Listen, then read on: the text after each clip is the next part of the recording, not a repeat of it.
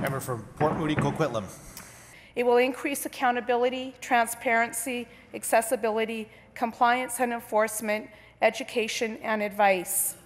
The Local Elections Campaign Financing Act covers 4 of the 5 areas. The accessibility component, which focuses mainly on expense limits, as you know from the members opposite, will be addressed as a component of a future legislative package. And I just want to take a few minutes to address that. All of the task force recommendations are being implemented in this legislation with the exception of those expense limits. They will be addressed in the second phase and implemented for the 2018 local elections.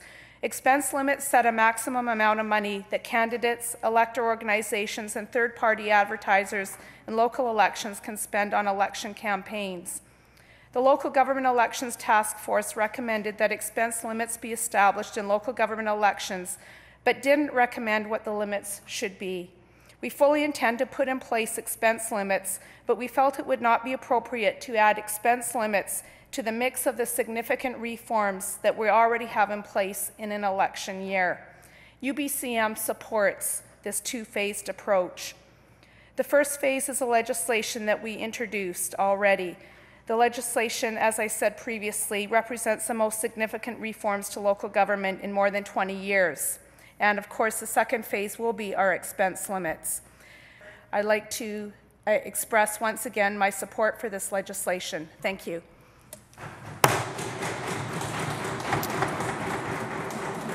Thank you, member. Recognized member for Oak Bay, Gordon Head. One noticeable absence in this bill, as alluded to by a number of previous speakers, is reform to the municipal spending limit for municipal elections. Now, I recognize the arguments put forward by the previous member with respect to the fact that the committee did not make recommendations on specific amounts. But the reality is this is what people want. It's been an ongoing issue for many years, and my main critique of this legislation before us today is that such spending limits are not included. It's important that we take steps to limit the extent to which money can currently impact our municipal election results. Just as in the provincial system, in municipal elections, people vote, not unions or business. It's really time that we follow the lead that was set by our federal government in terms of putting campaign limits and also banning the donations from union and business interests, vested interests, I might have. Thank you, Honourable Speaker.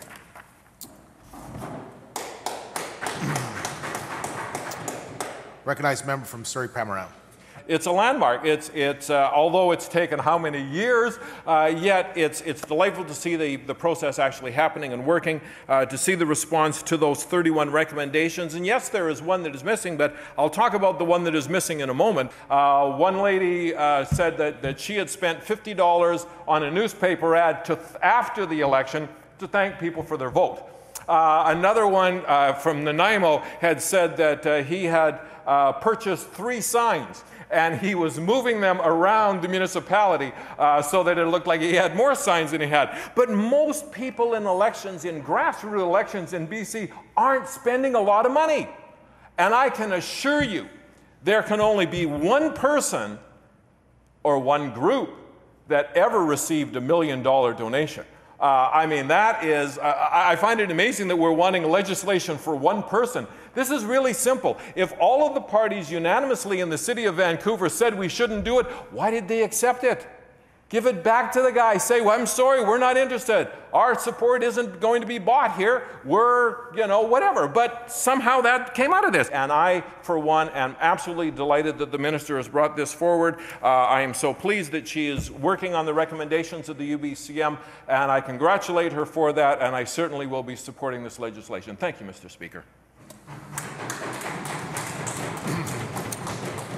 Thank the member. Recognized member for Stikine. So that's what I think are some good points of the legislation, but obviously I'm also concerned about a big gap. And a big gap is in regards to expense limits on candidates and third parties. And I think that this is an extremely important aspect, and especially considering what we're facing in the northern part of the province.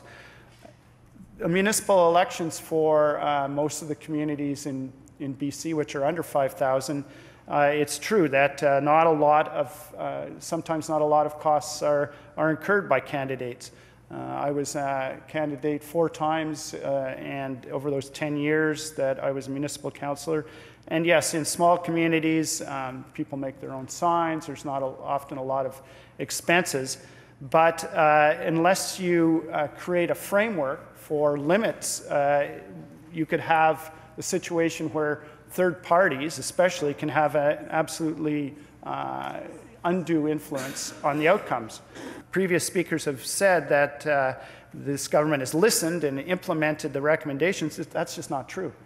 Here's a specific, very important recommendation, not just for major cities, but for all parts of the province and in the north.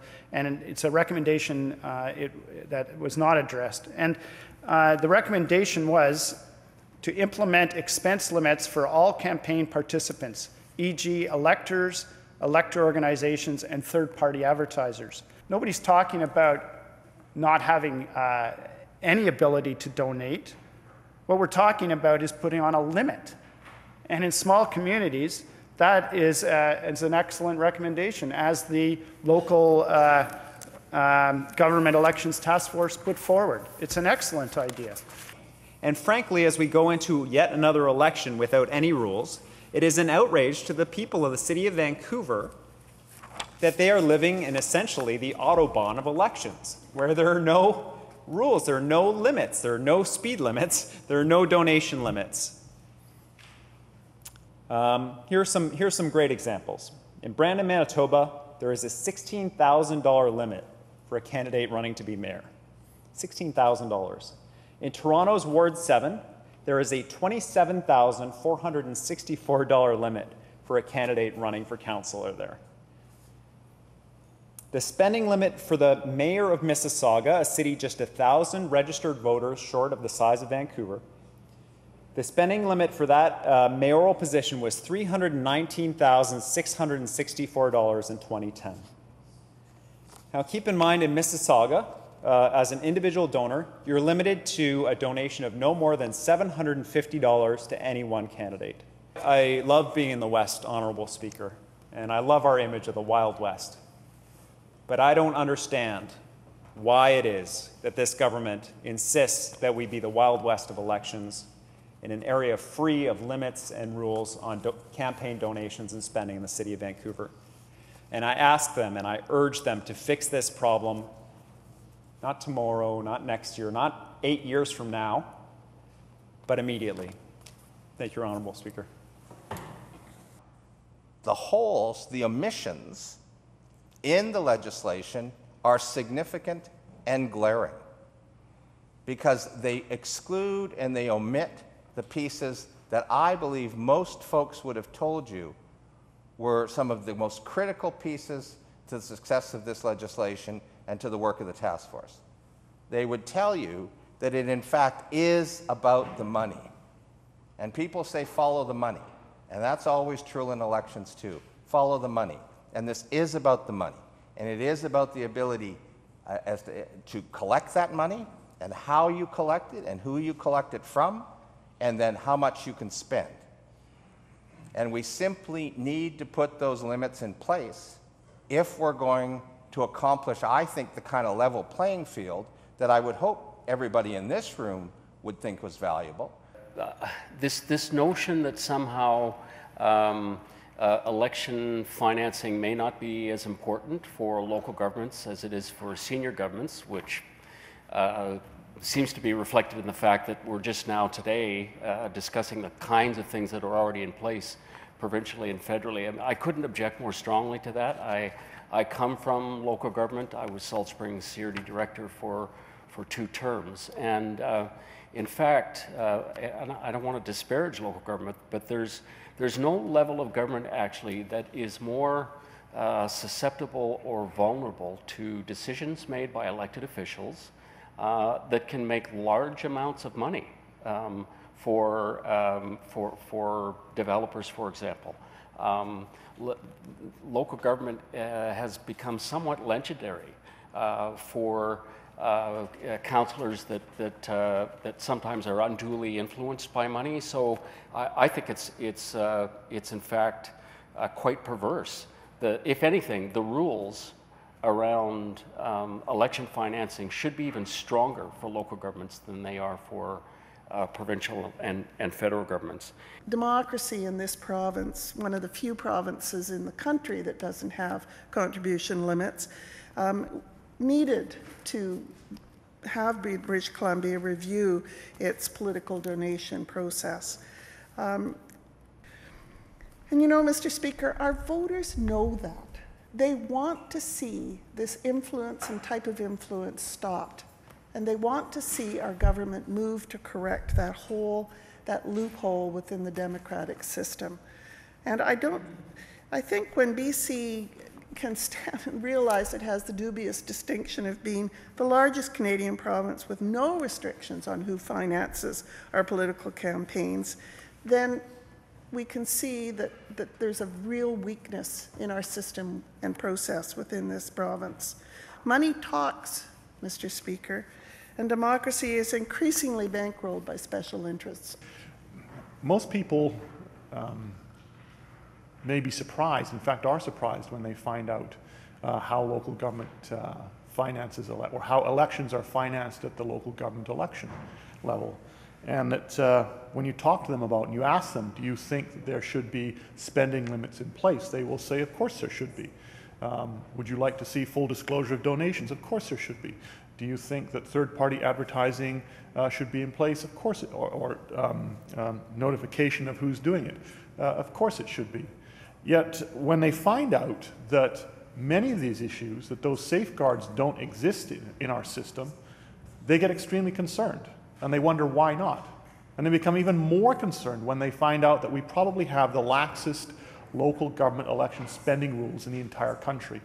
The minister can sit there, Honourable Speaker, and say, oh, it's in the bill. The reality is the issue that I'm talking about, and the issue that all of us on this side of the House are talking about, is not in the bill. And this government has had 4 years since 2010 to address that issue, and they have failed every single opportunity, Honourable Speaker.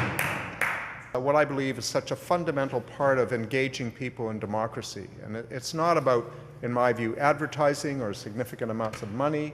It's about engaging the people who we ask to vote for us in a dialogue and a discussion about what's important to them. But frankly, it defies belief in many ways that in this day and age we do not see contained in the bill some limits on campaign financing at the municipal level, when they're so common in other levels of government. Seeing no additional speakers, the Minister closes debate. Thank you very much, Madam Speaker. We believe that it's not just the highest spender, ladies and gentlemen, that will get elected. When we did analysis from across the province of British Columbia, that it wasn't always about the person who spent the most that were successful. Ladies and gentlemen, I spent $250 and I used social media on my last campaign, and members opposite, we have lots of interesting examples of how complex and unique elections are in British Columbia. Ladies and gentlemen, I also made the commitment in October that due to the fact that we did not have consensus and the UBCM asked us, they came to us and asked us for a phased-in approach because there was not consensus across British Columbia, across the variety of different election that we'd be moving forward with this legislation, that they asked for a phased-in approach. Madam Speaker, I look forward to a committee phase on Bill 20 and that I move second reading. Honourable members, you've heard the question. All those in favour? Aye. Opposed? Motion is carried. NowPolling.ca enables you to participate in this political debate. Just select provincial governments right here, and then go to citizens legislation, and then almost at the bottom here you find financing electoral campaigns, and there is the poll. If your choice is not listed here, the only reason is that you have not posted your initiative on this poll yet. Remember that perpetual polling is the essence of direct democracy.